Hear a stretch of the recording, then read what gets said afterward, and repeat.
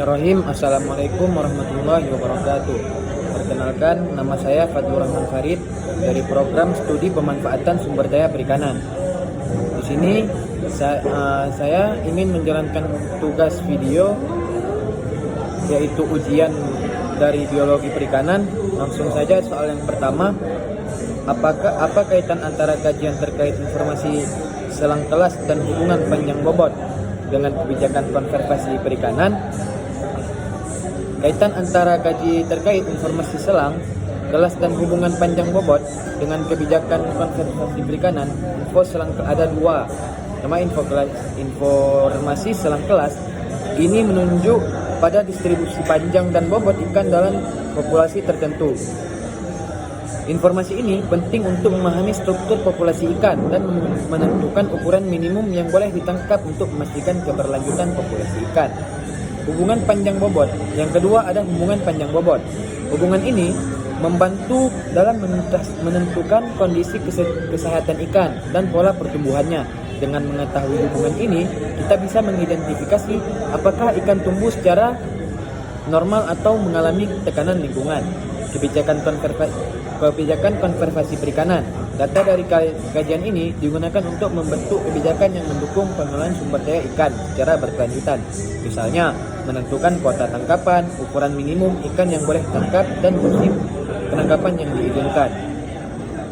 Soal yang kedua, apa implikasi dari nilai faktor kondisi yang rendah dan tinggi pada biota perikanan? Faktor kondisi Consideration Factor K digunakan untuk menilai kesejahteraan ikan berdasarkan hubungan antar panjang dan beratnya. Faktor ini dihitung dengan rumus K sama dengan garis miring frak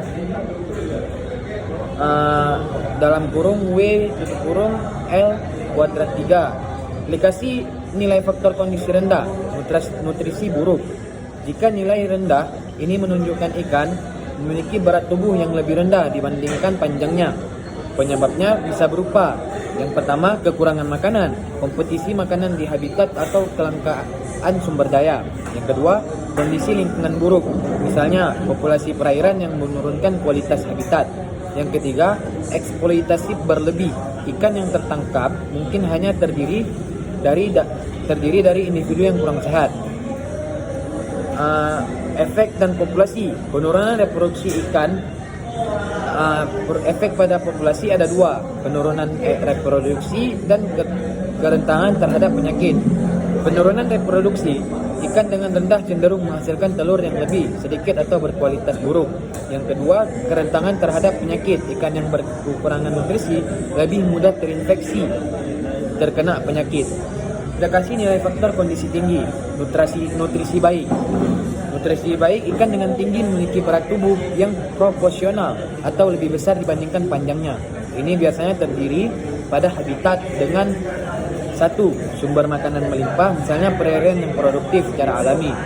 Yang kedua, kondisi lingkungan yang mendukung, seperti kualitas air yang baik dan minim gangguan manusia. Efek positifnya ada dua. Yang pertama, produktivitas populasi tinggi. Ikan dalam kondisi baik cenderung menghasilkan lebih banyak telur. Yang kedua, ketahanan terhadap perubahan lingkungan. Populasi dengan tinggi lebih mampu bertahan dalam kondisi stres. Mungkin cuman ini yang dapat saya sampaikan. Lebih dan kurang saya mohon maaf apabila ada kesalahan datang dari saya dan apabila ada kebenaran datangnya dari Allah Subhanahu wa taala. Wabillahi taufik wal hidayah. Assalamualaikum warahmatullahi wabarakatuh.